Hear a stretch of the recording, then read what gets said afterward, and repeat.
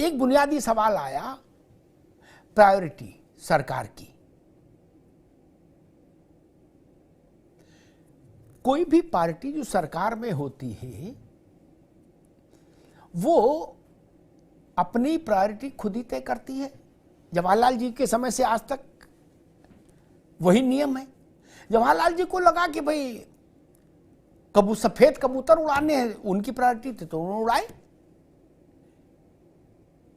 अब कोई ये कहे कि काले कबूतर क्यों नहीं उड़ा रहे, तो ये तो नहीं चलेगा ना। जब जनता आपको सत्ता भेज दे तो आप अपने हिसाब से करिएगा शासन। दूसरी चीज मैं एक कहता हूं, प्रायोरिटी क्या होती है। 500 वर्षों से इस देश ने संघर्ष किया अयोध्या में रामलला के मंदिर के लिए, 500 वर्षों से ज्यादा। इतनी सरकारें, अंग्रेज मुगल छोड़िए, 75 साल से तो हमारी सरकारें थी आजादी के बाद से।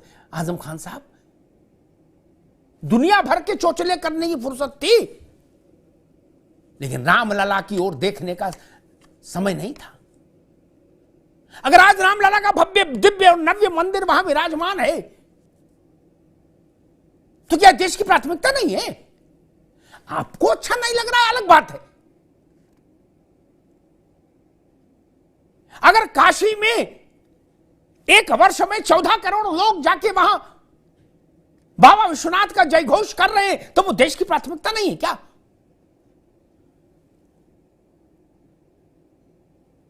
किसी बात कर रहे हैं आप? 6 करोड़ लोग ब्रज में जाके योगेश्वर कृष्ण को प्रणाम कर रहे हैं एक साल में, गोवा से दूने लोग। क्या वो देश की प्राथमिकता नहीं? आपके लिए गोवा प्राथमिकता थी, राज भाई की पार्टी के लिए हो सकता है गोवा प्राथमिकता रही हो, तो आपने वहां वैसा कल्चर डेवलप कर दिया। अब दूसरे विचारधारा की सरकार आई, देश ने उनको सेवा का अवसर दिया, तो बदलाव हो रहा है। कल को कृष्ण जन्मभूमि का विवाद समाप्त हो जाए और वहां पर फिर भव्य कृष्ण का मंदिर बन जाए जन्म स्थान पर, तो क्या देश की प्राथमिकता नहीं होगी? 6 करोड़ लोग साल में वहां ताली बजाने जा रहे हैं क्या? प्राथमिकता आपके हिसाब से नहीं तय होगी ना मित्र। अगर जनता को आपकी प्राथमिकता पसंद होती, मैं बहुत अदब से कह रहा हूं, अगर जनता को राहुल गांधी जी की प्राथमिकताएं पसंद होती तो राहुल गांधी जी की पार्टी को जनादेश नहीं देती ना। अगर आजम भाई की पार्टी की प्राथमिकताएं उसको पसंद होती तो अखिलेश जी की पार्टी को बहुमत देती। फिर लोकसभा में 3 ही सांसद क्यों भेजती, 50 नहीं भेजती? इसका मतलब आपकी प्राथमिकताएं नहीं पसंद। बंगाल के आदमी को ममता जी की प्राथमिकताएं पसंद है, इसलिए ममता जी वहां शासन में। देश को नरेंद्र मोदी की प्राथमिकताएं पसंद है, इसलिए नरेंद्र मोदी शासन में। ये मानने में तकलीफ क्या है यार? कोई समस्या है क्या? मसला ये नहीं आजम भाई कि आपको नरेंद्र मोदी पसंद है कि नहीं पसंद है, मसला ये देश ने उनको चुना है। क्या देश का प्रधानमंत्री समाजवादी पार्टी के पदाधिकारियों के बीच से चुन के आएगा? वो तय करेंगे कौन होगा? नहीं ना, वो तो ननकू और रज्जाक के वोट से ही तय होगा। और मैं तो शुभकामनाएं देता हूं।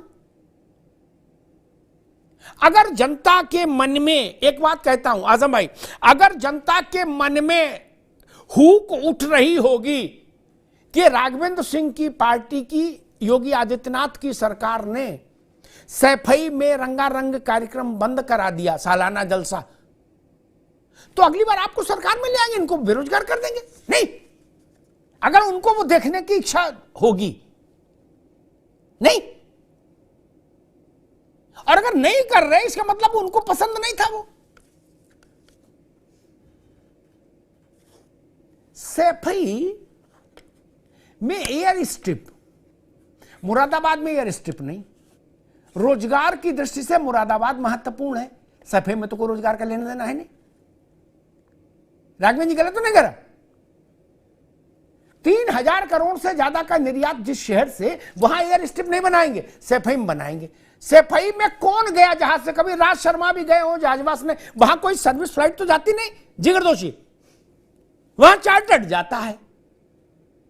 लेकिन आजम भाई ने लगा दिया, बोले ना रामपुर में बन जाए सब, मुरादाबाद नहीं। रामपुर में कोई कारोबार हो रहा है नहीं, लेकिन जिले इलाही मां बदौलत थे तो ठीक है। कहीं तो सोचोगे भाई, चाहे एनआरसी हो और चाहे सीए हो, सीए में तो ये तो निर्दोष कानून है, इसकी तो आलोचना जो लोग कर रहे हैं, मुझे उनके इस विषय की समझ पर शंका हो रही है। एक लाइन क्लियर है, किसी की नागरिकता लेने के लिए ये कानून नहीं। आजम खान साहब के कल तक जो राष्ट्रीय महामंत्री थे वो कह रहे ये आदिवासियों की, गरीबों की, मजलूमों की नागरिकता छीनने वाला कानून है। आजम खान साहब आपके जो कल तक नेता थे स्वामी प्रसाद मौर्य, जबकि हिंदी में भी कानून की प्रति उपलब्ध है, फिर भी नहीं समझ रहे। अंग्रेजी में समझ में आता, मान लो हाथ तंग है, हिंदी में भी तो है, नहीं उसी को पढ़ लेते। पढ़ना नहीं है, बोलना है, बोल झोंके रहो, झाड़े रहो कलेक्टरगंज। इस कानून का आदिवासी से क्या लेना देना है? सीए का कोई लेना देना है नहीं ना, इसका पीडीए से कोई लेना देना नहीं, इसका सेकुलर नॉन सेकुलर से क्या लेना देना। जिनके परिवार भारतीय मूल के रहे, जिनके वंश, वो वहां अल्पसंख्यक हैं, उनको कष्ट होगा, उनके जीवन को संकट होगा, उनकी बहन बेटी की प्रतिष्ठा और इज्जत को संकट वहां पैदा होगा पाकिस्तान में। क्या आप लोग चाहते हो हम निष्ठुर हो जाए भारत और कहे मरो जियो वहीं, हम आपको नागरिकता नहीं देंगे? और रोहिंग्या आए तो उन्हें कचौड़ी तुरंत सेक के गरम खिलाओ और साथ में रसगुल्ला। आपको आज ये चिंता हो रही है रोजगार की? रोहिंग्याओं को जब बसाया गया और उनके रोहिंग्या के सम्मान के लिए आप लोग मैदान में उतरे, तभी चिंता नहीं हुई कि ये लोग भारत के संसाधन पर बोझ हो जाएंगे?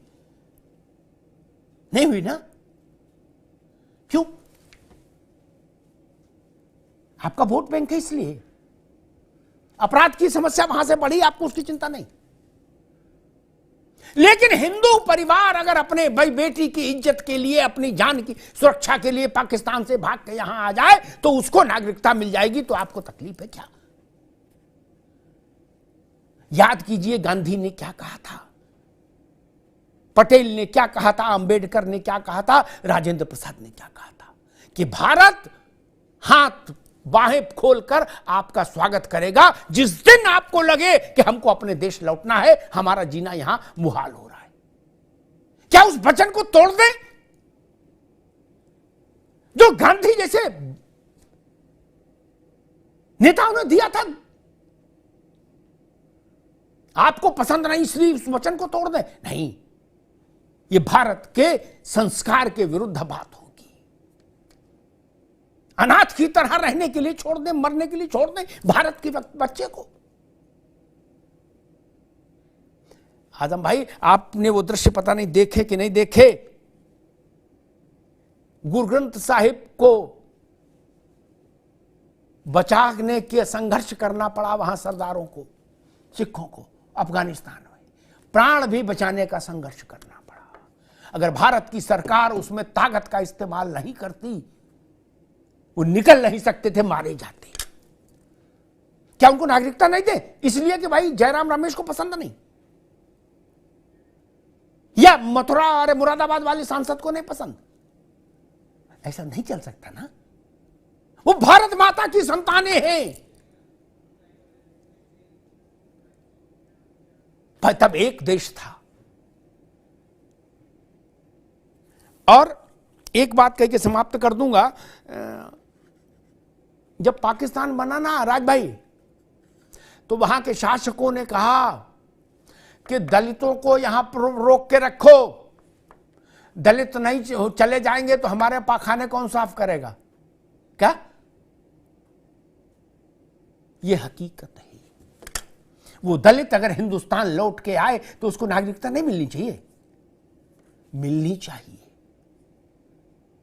भारत की बाहें खुली रहनी चाहिए, विश्व भर में कहीं भी उसका व्यक्ति रहे, जिस दिन उसको लगे कि हमको अपने घर लौटना है, हमारी बाहें खुली होनी चाहिए, हृदय बड़ा होना चाहिए, बाहें खुली होनी चाहिए। धन्यवाद।